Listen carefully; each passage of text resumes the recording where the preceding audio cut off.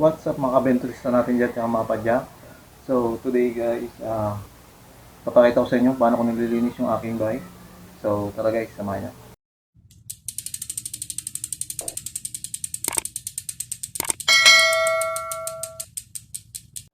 So guys, simple lang naman yung ginagawa guys. Una guys, binabasa ko muna to buong bike ko. So since walang pressure yung tubig namin dito, gumamit ako nito, water pump.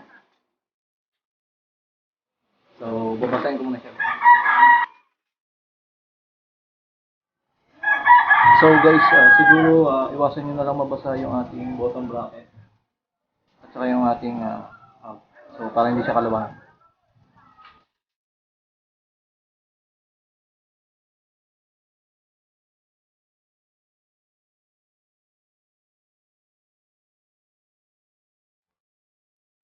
So maganda kasi guys, mabasa muna natin siya para mabasa muna natin yung mga buhangin kaya mga putik.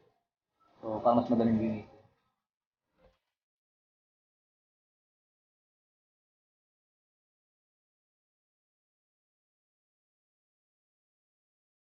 So yun guys, after natin siyang mabasa, kumuha ko ng isang tabong tubig at gagamit tayo ng dishwashing liquid. So, mas pinili ko ito guys kasi mas madali siyang makalinis lalo na sa mga sebo natin, mga grasa. At hindi siya nag-iwan ng mga white marks pag natuyo na. So, mas maganda to guys. Try nyo.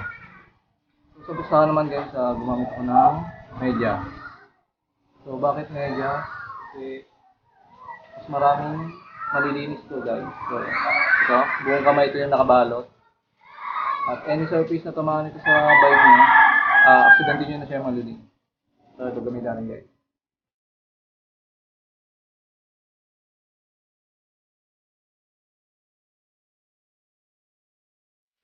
So, sa paglilinis naman guys, unahin nyo na yung sa taas. Yung sa mga hindi marurumi. So, para maiwasan nyo na rin may kalat yung grasa. So, ang unahin kasi natin guys sa drive train natin o sa chain natin. Tapos ipapahid ngayon natin sa frame niya, baka kumalat na yung grasa. So, mas maganda na linis niya na yung mga malilinis na. So, unahin natin sa tayo guys, pababa.